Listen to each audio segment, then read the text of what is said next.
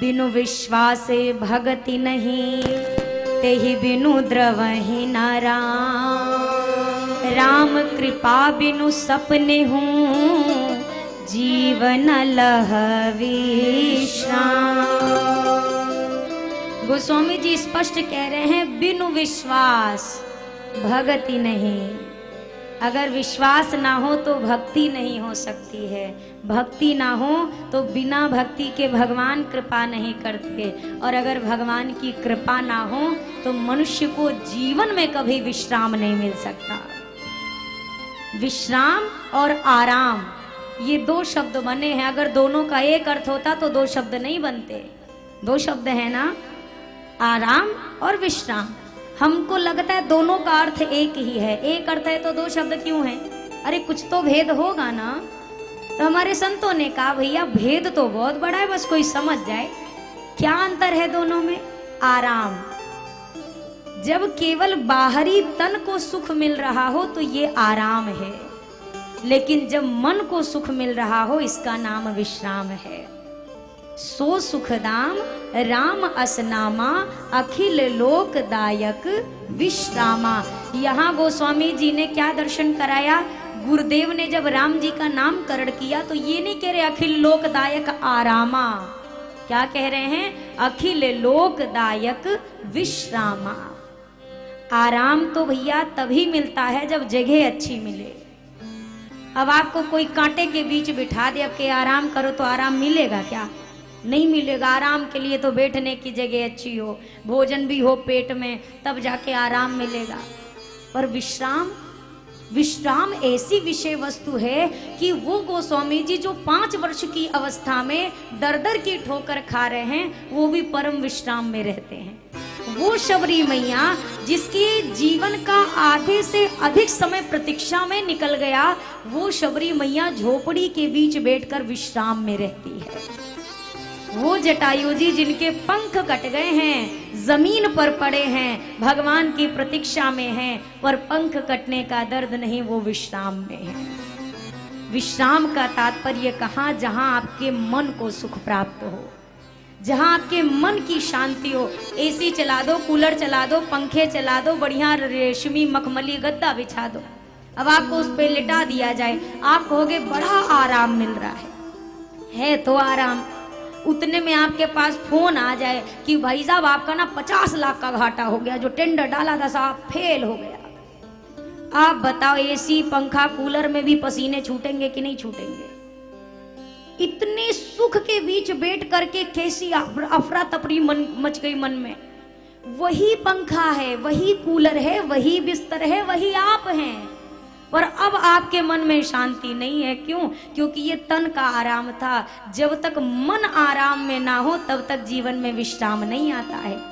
मन को आराम दे सके ये दुनिया में तो क्षमता नहीं है। दुनिया खुद ही परेशान है, वो आपको क्या आराम देगी? वो अपने से ही परेशान है। किसी आदमी से पूछ लो भैया तुम ठीक हो, काहे का ठीक, क्या बताए। जो तन से सुखी है वो धन से परेशान है, जो धन से सुखी है वो तन से परेशान है, जो तन से धन से दोनों से सुखी है वो अपने मन से परेशान है। अरे संसार में है कौन सुखी? कोई तन दुखी, कोई मन दुखी, कोई धन बिन रहते उदास। थोड़े थोड़े सब दुखी, एक सुखी राम को दास। जो इनके चरणों में बैठ गया वो तो चकाचक आनंद में। हमसे कोई पूछे, हमको चाहे जुकाम हो, चाहे बुखार हो, चाहे कुछ हो, तन तो बीमार पड़ता है, पर मन में यही मनाते कथा नहीं छोड़नी है, कथा तो करते रहना है। और सत्य बताऊं, केवल भगवान की कथा में ये क्षमता है, इसको गाते रहो, इसको सुनते रहो, कभी इससे मन तृप्त नहीं होता। राम कथा जी सुनत अघाही। अघाने का मतलब समझते हैं क्या? अघाना मतलब, अरे हम ही अकेले थोड़ी ना बोलेंगे, आप भी बोलेंगे। अघाना मतलब कोई कहेगा भर जाना, भर जाना। अच्छा भोजन करते हैं तो पेट भी भरता है, पर दोपहर वाला कर लिया तो शाम के लिए फिर खाली है कि नहीं है? शाम को फिर तो भोजन चाहिए ना। एक बार पेट भरा, इतना भर जाता है, अगर कोई कह ले भाई साहब एक रसगुल्ला खा लो, सामने वाला कहता है जहर खाने की जगह नहीं है हमारे पेट में, एक बूंद नहीं। ऐसा लगता है कि अब जिंदगी में कभी दोबारा भोजन की जरूरत, ऐसी हालत होती है ना कभी, हमारी तो बहुत बार हो जाती है कि अब तो लगता है भोजन दिखे बिना काम चल जाएगा, पर 6 घंटे बाद क्या हो जाता है, फिर भोजन चाहिए। तो पेट भरता है, अघाही का मतलब तृप्त हो जाना, मतलब अब इस चीज की जरूरत मुझे दोबारा नहीं है। गोस्वामी जी कहते हैं रस विशेष जाना तिन्ह नाही। जो इस कथा को सुनकर कह दे कि भैया हम तृप्त हो गए, हमें पता है अब कल शिव विवाह तो परसों राम जन्म तो नरसों ये तो फिर ये, जो इस भाव से इस कथा को सुने उसने वास्तव में कथा के रस को नहीं जाना है। क्यों? क्योंकि कथा का रसिक तो एक मछली के जैसा जीवन होता है। मछली कभी कहती है क्या कि भाई ये पानी वाला रहते रहते बड़ा बोर हो गए, कहीं बाहर अब दूसरा घर मैनेजमेंट करो, कभी मछली कहती है क्या? और जिस दिन कह दे उस दिन बोलो सियावर रामचंद्र की, सिधार जाएंगी ना।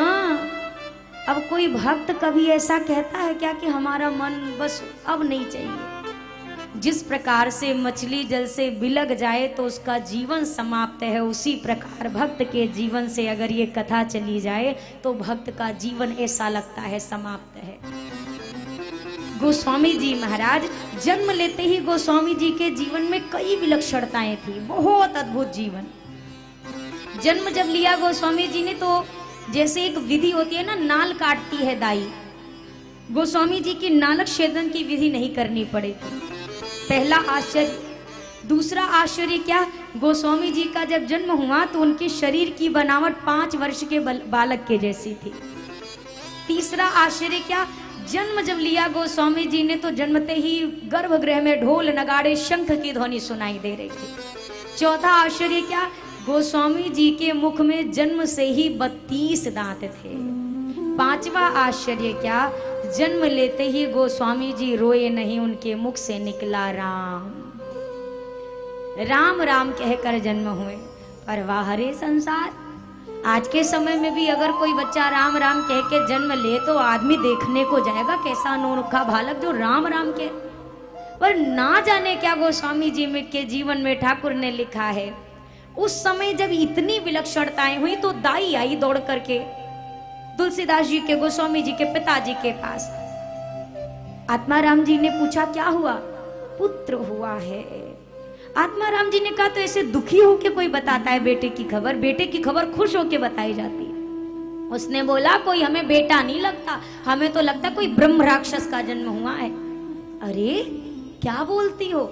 उसने सारी बातें बताई, मुख में 32 दांत हैं, ढोल नगारे बज रहे थे, और सुनो महाराज वो ना राम राम बोलता है। बताओ भला जन्म लेने वाला बच्चा भी बोलता है क्या? जैसे यह बात सुनी तो अब आत्माराम जी को भी न जाने क्या है, सोचना तो चाहिए। अच्छा, गोस्वामी जी का जन्म मूलों में हुआ था, अभुक्त मूल में गोस्वामी जी का जन्म हुआ। कहते ऐसे में पिता मुख नहीं देखता, और इतना सुनते ही तो कि ये विलक्षणताएं हैं। आत्माराम जी ने कुछ अपने ग्राम के ज्योतिषाचार्यों को बुलाया। अब इन्होंने भी आकर के ऐसी ऐसी विधि बताई। महाराज वैसे तो ऐसे बच्चे ज्यादा जीते नहीं हैं, और जी भी गए तो आगे देखेंगे, अभी क्या करूं, अभी तो ऐसे ही चलने दो, अगर ठीक रहा तो ठीक, नहीं तो सीधा यमुना जी में प्रवाहित कर देंगे। ये दुनिया है भैया, रंगी को नारंगी बोले और असल माल को खोया, उल्टी रीति देख जगत की दास कबीरा रोया। नारंगी एक फल होता है ना, नारंगी बोलते हैं, ऑरेंज कलर है कि नहीं उसके पास, फिर भी दुनिया उसको क्या कहती है? नारंगी नारंगी नारंगी। अरे रंगी तो है, अब कितना रंगेगी, फिर भी कहता है नारंगी। अच्छा, दूध को औटाइए औटाइए औटाइए, और दूध जब बिल्कुल औट के इतना सा हो जाए तो जो पदार्थ मिलता है उसे क्या कहते हैं? खोया। अच्छा सही बताओ, दिल पे हाथ रख के, आपने खोया है कि पाया है? अरे आपका क्या ही खोया, असली माल तो अब आपके हाथ में लगा है, फिर भी दुनिया ने क्या नाम दिया? खोया। कबीरदास जी कहते हैं विचित्र दुनिया, उल्टी रीति देख जगत की दास कबीरा रोया। ये उल्टी रीत है, सामने प्रत्यक्ष दिख रहा है, कोई भक्त हो सकता है जो राम नाम लेकर जन्म ले, और यहाँ पर गोस्वामी जी का जीवन बड़ा कष्टप्रद रहा। हुलसी मैया, अच्छा श्रावण शुक्ला सप्तमी तुलसी धर्यो शरीर। यमुना माँ के तीर में सप्तमी को, श्रावण महीना के शुक्ल पक्ष की सप्तमी तिथि को गोस्वामी जी का जन्म हुआ है। और सप्तमी, अष्टमी, नौमी और दशमी की ये रात्रि थी। तुलसी मैया को लगा अब मेरा जीवन ज्यादा समय का नहीं है। तुलसी मैया की सेवा में चुनिया नाम की दासी रहती थी। उन्होंने तत्काल चुनिया को बुलाया। चुनिया से कहा तू इस बच्चे को लेकर चली जा। मुझे जितने संत मिले, जब जब मैंने कोई स्वप्न देखा, यही स्वप्न देखा कि मेरा बालक कोई साधारण नहीं है, ये जग कल्याण के लिए आया है, पर दुनिया इसको नहीं समझ पा रही है। और भक्त को सत्य कहूं, भगवान के सिवा दूजा कोई नहीं समझ सकता है। जितने भक्त हुए हैं, जब तक संसार में रहे तब तक उनकी कद्र नहीं की संसार में। जब वो संसार से चले गए, अब उनके नाम की कथाएं हम गाते हैं। वही मीरा मैया जिनकी कथा हम आज गाते हैं, तब वो मीरा मैया जब थी तो उनका अपना परिवार ही उनका द्रोह करता था। गोस्वामी जी को चुनिया दासी को सौंप दिया। दशमी की रात्रि भर बीती थी और अगले दिन एकादशी की तिथि थी। भोर ब्रह्म मुहूर्त में एकादशी के दिन तुलसी मैया ने शरीर छोड़ दिया। जैसे शरीर छोड़ा, इधर चुनिया चली गई है। आत्माराम जी को खबर लगी। आत्माराम जी ने कहा मैं पक्का जानता था ये कोई बालक साधारण नहीं है, ये अपशगुन है, ये महा अमंगलकारी है। अच्छा हुआ कहीं चला गया, वरना मैं स्वयं अपने हाथ से यमुना जी में फेंक देता। चुनिया आई, पालन तो कर रही, लेकिन केवल 5 वर्ष तक गोस्वामी जी को माता का सुख मिला। 5 वर्ष के गोस्वामी जी हुए तब तक चुनिया को सर्प ने काट लिया और उसकी भी मृत्यु हो गई। अब गोस्वामी जी अनाथ हो गए। क्यों? क्योंकि चुनिया की जो सास थी उसको लोगों ने भटका दिया। अरे ये तो अपनी माँ को खा गया, देख पालन करने वाली चुनिया, तुझे भी खा जाएगा, ये तेरा सर्वनाश कर देगा। उसकी सास ने गोस्वामी जी को धक्के मार के घर से निकाल दिया। अब जरा विचार करो भैया, 5 वर्ष का एक अबोध बालक है जो गली गली में डोल रहा है, उसको कोई एक निवाला भोजन देने वाला तक नहीं है। हम और आप थोड़े से दुख में लगता है कि अरे हमारे ऊपर कितनी तकलीफें हैं। गोस्वामी जी के जीवन की तकलीफ देख रहे हैं। 5 वर्ष की अवस्था में एकदम अनाथ, भगवान शंकर ने मैया पार्वती को भेजा। पार्वती मैया ने 1 वर्ष तक उनकी देखभाल की। जब 1 वर्ष तक राम बोला, गोस्वामी जी का नाम रख दिया है राम बोला। राम बोला जब भिक्षा ना मांगे तो अब भी दुनिया परेशान है। अरे ये तो भीख मांगता था, या भीख क्यों नहीं मांगता है? हम आपस में तो स्वयं सहायता ना करें, कोई और भी सहायता करे तो क्यों करे? मतलब गोस्वामी जी के जीवन में इतनी विपरीत परिस्थितियां, कोई और होता ना भैया तो प्राण त्याग देता, पर रघुनाथ जी की इतनी कृपा गोस्वामी जी पे, हिम्मत नहीं हारी गोस्वामी जी। गोस्वामी जी एक कोने में बैठे बैठे बस एक चीज कहते रहते, हे प्रभु मेरे राम सहारा बन जाओ, भगवान सहारा बन जाओ, तेरे बिन मेरा कोई नहीं, रघुनाथ सहारा बन जाओ। अच्छा ये सहारा बनते भी हैं, बिल्कुल बनते हैं, पर हमारा सहारा बनने में समय क्यों लगता है जानते हैं? क्योंकि हम सबसे पहले दुनिया को अपना सहारा बनाते हैं ना। और जब दुनिया साथ छोड़ देती है तब किसका सहारा ढूंढते हैं? अब किसका ढूंढेंगे? अब भगवान याद आएगा। भगवान हमारे लिए लास्ट ऑप्शन में रहता है, हमेशा आखिरी विकल्प। पहले विकल्प में संसार और आखिरी विकल्प में भगवान। जब तक ये चीज उल्टी नहीं होगी तब तक काम बनने वाला। दुनिया को दिल से प्यार करना चाहिए कि दिमाग से? पूछ रही हूं, जवाब दीजिए। दिमाग से ना। और सही बताओ क्या लगाते हैं? दिल के दिमाग। क्या लगता है दुनिया में? दिमाग लगता तो ऐसे फिरते नहीं, हमारा दिल टूट गया, फलाने ने हमारा दिल तोड़ दिया, अरे हमारे दिल पे बात लग गई। जोड़ते दिल ही हैं और इसीलिए दुख मिलता है। भगवान में क्या लगता है? क्या लगता है?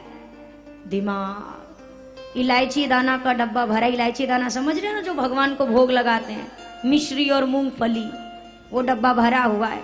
और ठाकुर जी का 1 महीने का राशन फिक्स है, कटोरी में निकालेंगे। अगर 2 मूंगफली भी ज्यादा गिर जाती है तो उसको वापस डब्बे में डालते, ओहो अभी तो 1 महीने चलाना है। और कोई मेहमान आता है, फिर पनीर की सब्जी आती है। अब वो कह रहे नहीं नहीं नहीं नहीं अब नहीं चाहिए। अरे लीजिए, अरे हमारी तरफ से आपने एक रोटी हमारी लेनी पड़ेगी।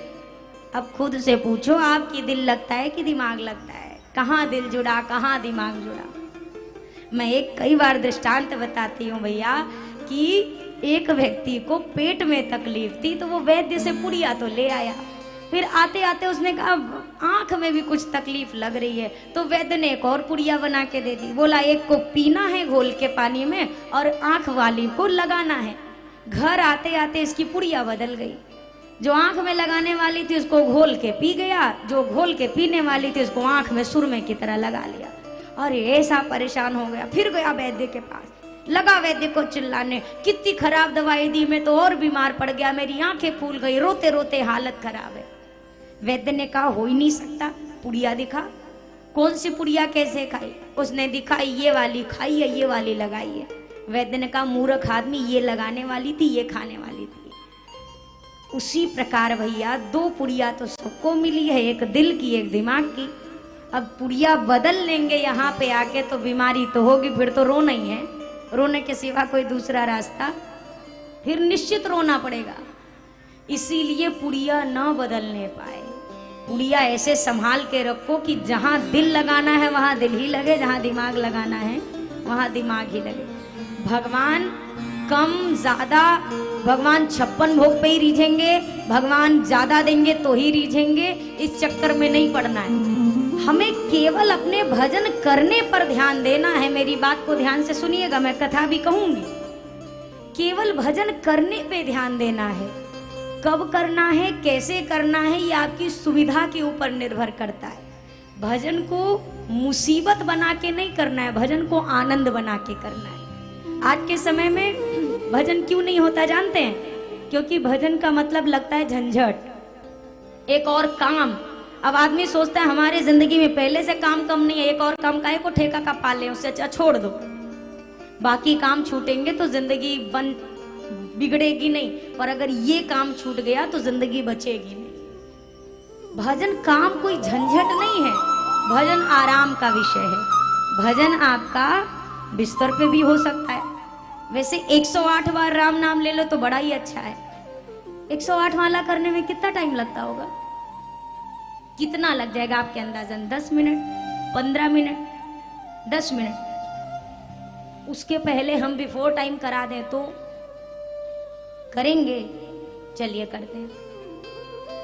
राम राम राम राम राम राम एक, राम राम राम राम राम राम दो, राम राम राम राम राम राम तीन, राम राम राम राम राम राम चार, राम राम राम राम राम राम पाँच, राम राम राम राम राम राम छः, राम राम राम राम राम राम सात, राम राम राम राम राम राम आठ, राम राम राम राम राम राम नौ, राम राम राम राम राम राम दस, राम राम राम राम राम राम ग्यारह, राम राम राम राम राम राम बारह, राम राम राम राम राम राम तेरह, राम राम राम राम राम राम चौदह, राम राम राम राम राम राम पंद्रह, राम राम राम राम राम राम सोलह, राम राम राम राम राम राम सत्रह, राम राम राम राम राम राम अठारह, राम राम राम राम राम राम उन्नीस, राम राम राम राम राम राम 20।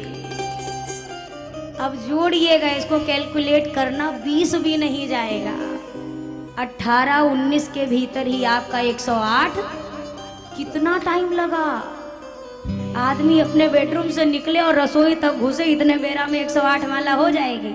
एक बार में हमने 6 बार राम राम कहा और हमने आपसे 20 कराया। ज्यादा किसको अच्छा नहीं लगता? वो गुपचुप खाते हो ना आप, मार्केट में खाते हो ना गुपचुप, तो गुपचुप वाला चाहे 100 रुपए का खिला दे पर वो सूखी वाली पूरी जरूर चाहिए। तो आपको ज्यादा अच्छा लगता है तो भगवान को भी तो ज्यादा अच्छा लगता होगा। 2 एक्स्ट्रा कर दिया हमने। पर अगर करने की इच्छा हो तो इतने में भी हो सकता है। भगवान की भक्ति में हिचकिचाना नहीं चाहिए। मीरा मैया हिचकिचाती तो आज संसार थोड़ी ना गाथा गा रहा हो। इनकी भक्ति तो ढोल नगाड़े पीट कर करनी चाहिए।